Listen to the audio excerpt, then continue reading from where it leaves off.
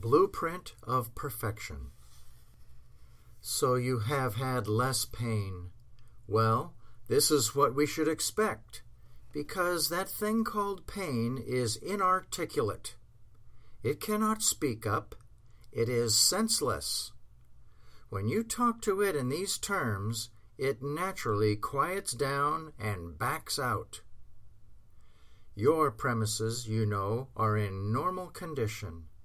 Nothing disorderly can be staged or foisted upon them.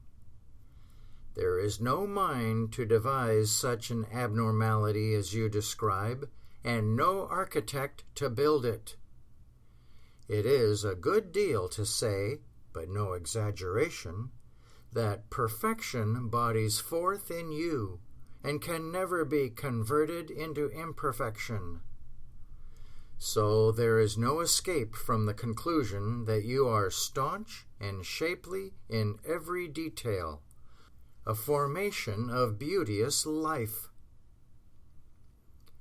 I am much pleased with your letter.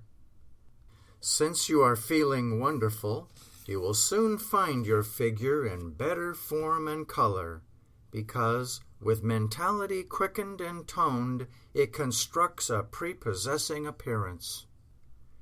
Keep talking the truths we have been talking. Talk them to yourself. The result will be a still more uplifted sense of things and of yourself. You will build another world. This is about what every individual does for himself, builds a world of his own. And he can make it of such dimensions and of such quality as he desires if he is industrious.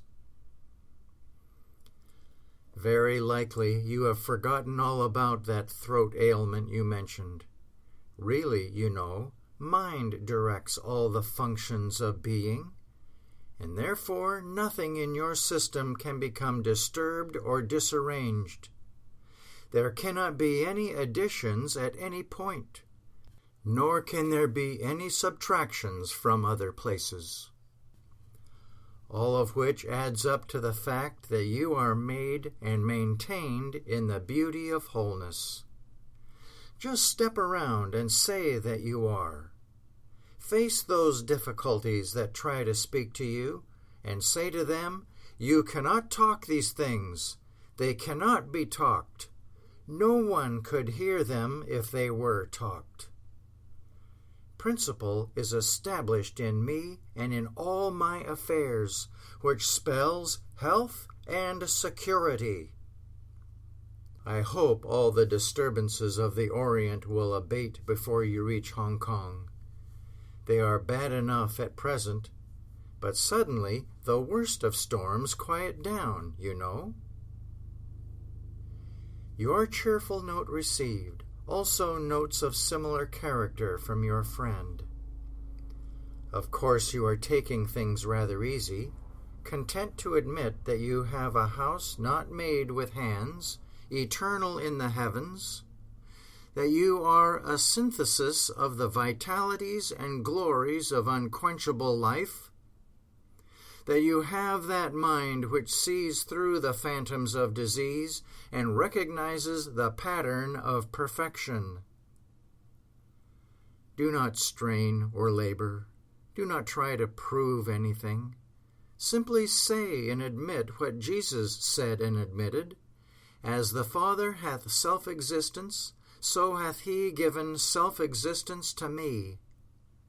Here is the existence that never began and can never fail, an existence full of hope and joy, an existence that will endure on and on without fear or interruption. Everybody asks why, hence you are justified in doing so, but nobody can give the answer. So, you and I, along with the rest of humanity, plod along with a little understanding, an immense amount of faith, and with, now and then, a definite achievement to our credit. The Almighty is your builder and maker, Certainly he did a good job, and guaranteed it would stand the wear and tear. He constructed you in strength and shapeliness. He said, "This girl can have nothing added to her, and nothing subtracted from her.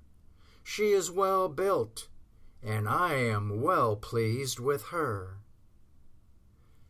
Now, when any obsession to the contrary hovers about, do the best you can to put it out of thought by contemplating the above truths. You will state them in various ways. As you do so, and hold to them, they will crowd the obsession out of your household, and you will find yourself in good trim. The physiologists know that you have a new body every year or so. Consciousness does the rebuilding. Keep consciousness as hopeful and balanced as you can. It is building you a new body, some small area every day. By the end of 365 days, you will have an entirely new structure. It can be, and we will expect it, better than the one you had 30 years ago. Meanwhile, bear in mind Edmund Spenser's recipe for beauty. So every spirit, as it is more pure, and hath in it the more of heavenly light, so it the fairer body doth procure, to habit in, and it more fairly dight with cheerful grace and amiable sight.